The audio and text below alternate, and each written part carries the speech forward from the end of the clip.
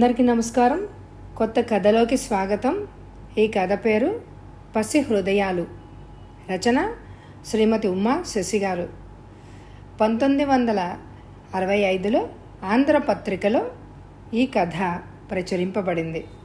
చదువుతున్నది దేవి. ఎవరో పిలిచినట్టయితే స్వెట్టర్ అల్లుతున్న మాలతి గబుక్కున తలెత్తి చూసింది. ఎవరో అబ్బాయి, 7 ఏళ్ళు ఉంటాయి, ముద్దుగా ఉన్నాడు. ఎవరబ్బాయి చెప్పమా అనుకుంటూనే, ఎవరబ్బాయి నువ్వు అంది. ఎవరైతే నేను లేండి, గిరిబాబు ఉన్నాడా? అబ్బా ఎంత గీర్వాణం ఈ అబ్బాయికి అని అనుకుని లోపలికి రాబోయి అంది మాలతి. రాను, తల అడ్డంగా ఊపాడు. ఏ రాకూడదా? మాలతి ప్రశ్నకు జవాబుగా అవును అన్నాడు. ఎందుకని కుతూహలంగా అడిగింది మాలతి. మీరు బీదవాళ్ళుగా, అందుకని. చెల్లున లెంపకాయ తిన్నా మాలతి అలా అవదేమో. కుర్రాడేమో అతి చిన్నవాడు. ఏమనలేక మాలతి ఒకసారి ఆ అబ్బాయి కళ్ళలోకి సూటిగా చూసింది. లోపల గదిలో పడుకున్న లెక్చరర్ మాధారావు తన భార్యకి ఇంకో వ్యక్తికి జరిగే సంభాషణ వింటున్నాడు. ఇంకా వినలేక యువతలకు వచ్చాడు. ఇంతకీ ఆ అపరిచిత స్వరం ఈ చిన్నబ్బాయిదా? ఆశ్చర్యంలో మునిగిపోయాడు మాధవరావు. అవును కానీ మేం బీదవాళ్ళమని ఎవరు చెప్పారు అని అడిగాడు మాధవరావు. మా ఇంట్లో చెప్పారు. మీరు ముష్టి 300 తెచ్చుకునే లెక్చరరేగా. మాధవరావు గుటక మింగాడు. అబ్బాయిని పట్టుకొని గబగబా 10 గుద్దులు వడ్డించాలి అని అనిపించింది అతనికి. మాలతికి అప్పటికి తెలిసింది ఈ అబ్బాయి ఎదురింటి మేడలో కొత్తగా దిగిన డాక్టర్ గారు అబ్బాయి అని. ఈ చిన్నవాడికి కాస్త నోరు దురుసు, పెంకితనం, ముది గారాభం ఎక్కువని ఆ మధ్య ఎవరో అనుకుంటుండగా వింది మాలతి. అవునుగానే బాబు, మా గిరి కూడా బీదవాడేగా, మరి వాడితో ఎలా ఆడుకుంటున్నావు?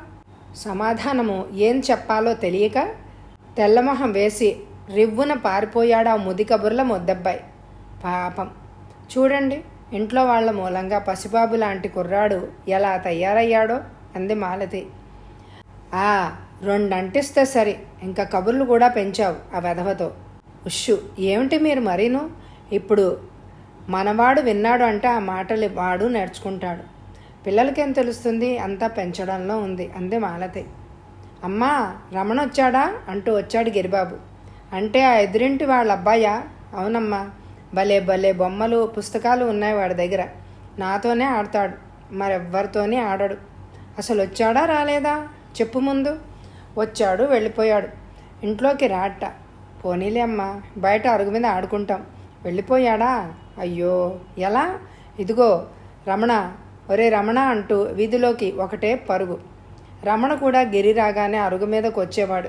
ఇద్దరు ఆటల్లో మునిగిపోయారు. పిల్లలు చాలా అమాయకులు కదా, వాళ్ళకేం తెలుస్తాయి అంతస్తుల భేదాలు.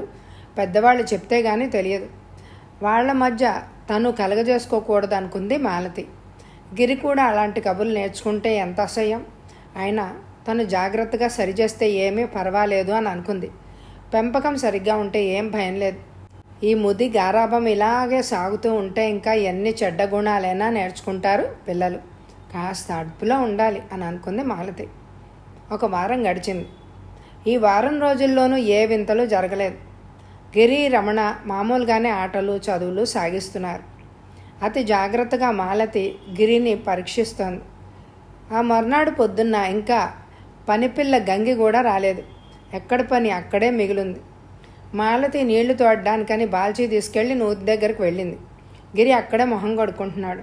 తల్లిని చూసి, ఏమ్మా పనిముండ రాలేదా ఇవాళ అన్నాడు. ఉలిక్కి పడింది మాలతి. ఇదివరకెప్పుడు గిరి నోట్లోంచి తిట్లు రాలేదు.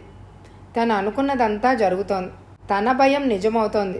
గబుక్కున బాల్చీ నూతి చప్టా మీద పడేసి, గిరి ఇలా రా. బాబు గిరి వచ్చారు భయపడుతూ. చూడు బాబు, గంగిని అలా అనకూడదు, తిట్లు నేర్చుకోకూడదు, అసలు ఎవరిని అలా తప్పుడు మాటలు అనకూడదు అంది. ఏ అన్నాడు గిరిబాబు. అనకూడదని పెద్దాళ్ళు చెప్తే అనకూడదు అంతే. ఏమని ఎదురు ప్రశ్న వేయకూడదు, తెలిసిందా? గిరి మాట్లాడలేదు. ఇలా తిట్టావంటే అందరూ కూడా నిన్ను పెంకి అంటారు. నీకు పెంకి అనిపించుకోవాలనుందా, బంగారం అనిపించుకోవాలనుందా? బంగారని. అవునా? మరి అందుకని అలా తిట్లు తిట్టకూడదు, సరేనా? మరి రమణ మాత్రం తిట్టొచ్చా?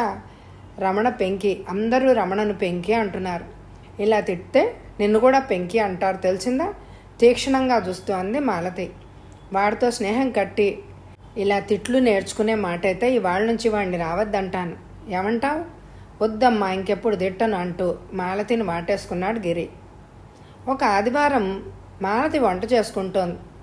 ఏమిటో బర్మన్ చప్పుడు ఆగకుండా వస్తోందని సావిట్లోకి వచ్చి చూసింది. ఏముంది, రేడియో పెట్టేస్తున్నాడు రమణ. గిరి పక్కనే నుంచుని చూస్తున్నాడు. తల్లిని చూసి బిక్కమొహం వేశాడు గిరి రేడియో ఆపేస్తూ. గిరి, ఆ రేడియోతో ఆటలేంటి అంది. అది కాదమ్మా, రమణ రేడియోలో పాటలు వస్తాయి అన్నాడు. అందుకని తప్పు. అలా రేడియోలు, గడియారాలు, పెన్నులు వీటిని ముట్టుకోకూడదు రమణ. అందులో ఇంకొకళ్ళ ఇంటికి వచ్చి ఇతరుల వస్తువులు తీసుకొని పాడు చేయకూడదు. మీకు రేడియో వినాలనుంటే పెద్దవాళ్ళని అడిగి పెట్టించుకోవాలి. అలా రేడియో బరబరా తిప్పేయకూడదు, పాడైపోతుంది. మరోసారి ఇలా జరగకూడదు, తెలిసిందా అంది మాధవి. తెలిసింది. మా ఇంట్లో బోలెడు రేడియోలు ఉన్నాయి, మహా పెద్ద అన్నాడు రమణ తల బెరుసుగా. మింగేద్దాం అనుకుంది రమణని. అయినా అణుచుకుని, ఉంటే మీ ఇంటికెళ్ళి పెట్టుకో, ఈ రేడియో పాడు చేయకు, వెళ్ళు అంది రమణ. రైమాని పరిగెత్తుకు వెళ్ళిపోయాడు. గిరివైపు తిరిగి, నేను చెప్పింది అర్థమైందా అని అడిగింది మాలతి. గిరి బుర్ర ఊపి అక్కడి నుంచి వెళ్ళిపోయాడు. ఆవేళ సాయంత్రం ఇద్దరు పిల్లలు లోపలే ఆడుకుంటున్నారు. పొద్దున్న జరిగిందంతా మర్చిపోయి. పసిపిల్లల్ని నొప్పించడం ఎందుకని మాలతి కూడా ఆటంకపరచలేదు. కానీ వాళ్లను ఒక కంటకు కనిపెడుతోంది. అక్కడే సావిట్లో కూర్చుని పుస్తకం చదువుకుంటోంది. మాలతి అక్కడే ఉందని పిల్లలిద్దరూ బుద్ధిగా ఆడుకుంటున్నారు. ఇంతలో పక్కింటి రాధా పిలిచినట్లయితే వీధి గుమ్మంలోకి వెళ్ళింది మాలతి. అయితే కాసేపటికి డమ్మని పెద్ద చప్పుడు. ఒక్క అంగంలో లోపలికి వచ్చి చూసింది మాలతి. గడియారం కిందపడి ముక్కలైంది. గిరి భయంతో ఒక మూల గతుక్కుమనిపోయాడు. రమణ కుర్చీ మీద నుంచి ఠీవిగా నవ్వుతున్నాడు. మాలతి కోపం అవధులు దాటింది. నువ్వు గడియారం ఎందుకు తీసావు రమణ? గర్జించింది. ఏ తీస్తే? ఎదురు ప్రశ్న వేసినాడు రమణ.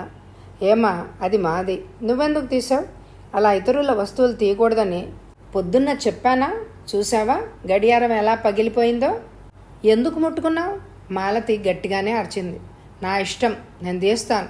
నీ ఇష్టమా అంటూ మాలతి రమణని కుర్చీ మీద నుంచి దింపి బరబరా గుమ్మం దగ్గరికి లాక్కెళ్ళి, వెళ్ళిపో, ఇంకా మా ఇంటికి ఎప్పుడు రాకు అని కసిరేసింది. ముష్టి గడియారం అంటూ గొణుక్కుంటూ వెళ్ళిపోయాడు. అలా గడియారాన్ని తీనిచ్చినందుకు గిరిని కోప్పడి విరిగిన గాజు ముక్కలు ఏరడంలో మునిగిపోయింది మాలతి. మర్నాడు సాయంత్రం కొంచెం ఆలస్యంగా వచ్చాడు గిరి. పుస్తకాలన్నీ సర్దుకున్నాడు. గోళీలు, పెన్సిల్ ముక్కలు జేబులో వేసుకుని కాఫీ తాగేసి, అమ్మా ఆడుకోవడానికి వెళ్తానే అన్నాడు. అదేంటి బాబు, ఇప్పుడేగా వచ్చావు? ఇప్పటిదాకా స్కూల్లో ఆడానమ్మా. ఇప్పుడు ఇప్పుడు ఎవరితో ఆటలు? రమణతోనమ్మా. ఏడి రమణ? అదిగో ఆ స్తంభం వెనకాల, నువ్వేమంటావోనని అక్కడ దాక్కున్నాడు. మాలతి ఒక్క క్షణం ఆలోచించింది. చూసి చూడకుండా ఊరుకుంటే అల్లరి కాస్త తగ్గుతుందేమో అని. సరే ఆడుకోండి అంది. కాసేపు అయ్యాక, అమ్మా నీకు ఘటోద్గజుడి కథ తెలుసా అంటూ వచ్చాడు. తెలుసు. ఎందుకు? చెప్పమ్మా, రాత్రి చెప్తాలే. కాదు, ఇప్పుడే చెప్పు, రమణ కూడా వింటాడు. రమణ దూరంగా నుంచున్నాడు. ఇంట్లోకి రాలేదు, కానీ మాటల్ని వింటూనే ఉన్నాడు. రమణ వింటాడా? అయితే చెప్పను అంది మాలతి కోపంగా. తల్లి కోపం గిరికి బాగా తెలుసు. అందుకనే, లేదమ్మా ఇంకెప్పుడు ఏమి పాడు చేయడట నాతో అన్నాడు. అవునా రమణ? అన్నాడు రమణ తల ఊపుతూ. అబ్బా ఏంటెక్కు ఈ అబ్బాయికి అని అనుకుంది మాలతి. ఆ రోజు నుంచి సాయంత్రం కథ చెప్పడం అలవాటైంది. గిరి, రమణ కూడా బుద్ధిగా కూర్చుని కథ వినేవారు. కొన్ని రోజులు గడిచాయి. అల్లడి కూడా ఈ మధ్య కాస్త తగ్గిందేమో, ఇంకేమి పర్వాలేదులే అని అనుకుంటూ ఉండగానే ఒకనాడు మాసిన చొక్కాలు, లాగులు ఉతుక్కుందామని మాలతి డబ్బులు, బలపాలు జేబుల్లో ఉంటాయిగా అనుకుని జేబుల్లోనివన్నీ ఖాళీ చేస్తోంది.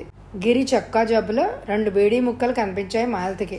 సృహ తప్పినట్టయింది. అయితే తను భయపడ్డంతా జరిగింది. ఎంతవరకు వచ్చింది వ్యవహారం?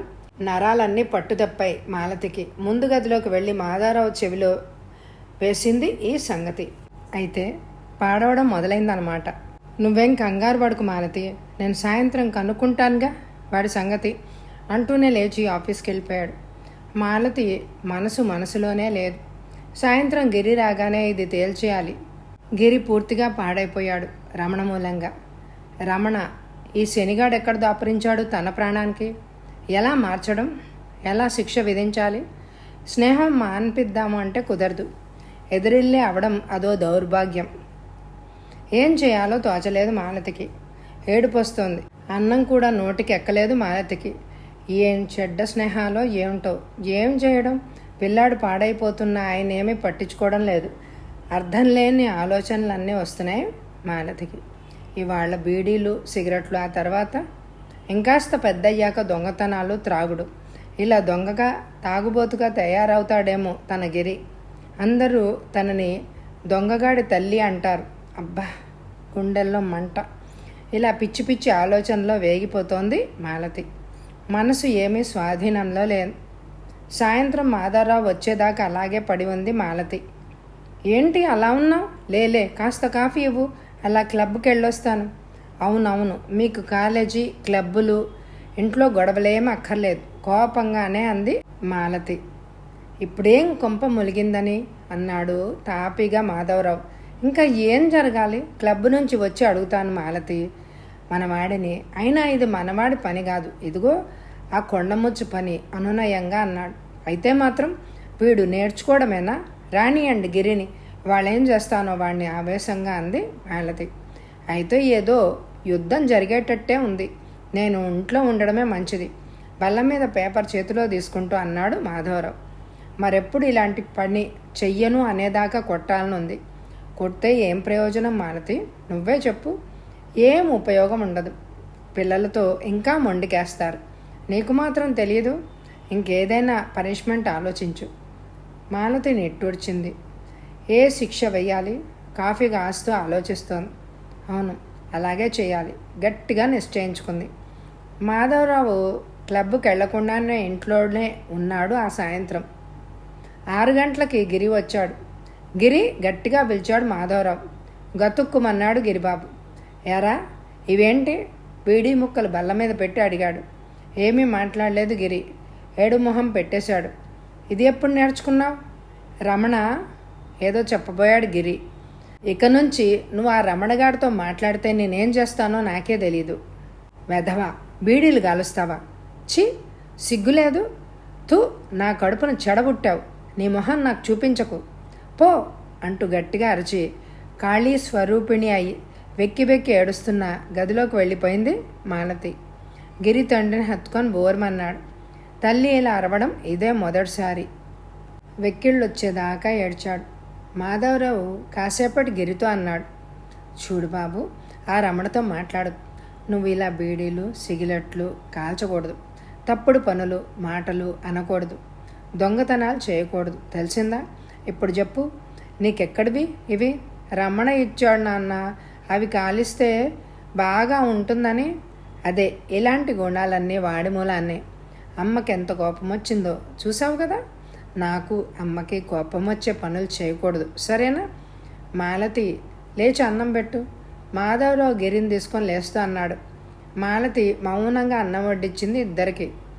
ఈ సంఘటన గిరి మనసుకు బాగా హత్తుకుంది. గిరికి అన్నం సహించలేదు. రోజు అమ్మ కులాసాగా కబుర్లు చెప్పేది. ఇవాళ మాలతి ముభావం వాడిని బాగా బాధించింది. ఆ రాత్రి కూడా తండ్రి దగ్గరే పడుకున్నాడు గిరి. కానీ చాలా రాత్రి దాకా వాడికి నిద్ర పట్టలేదు.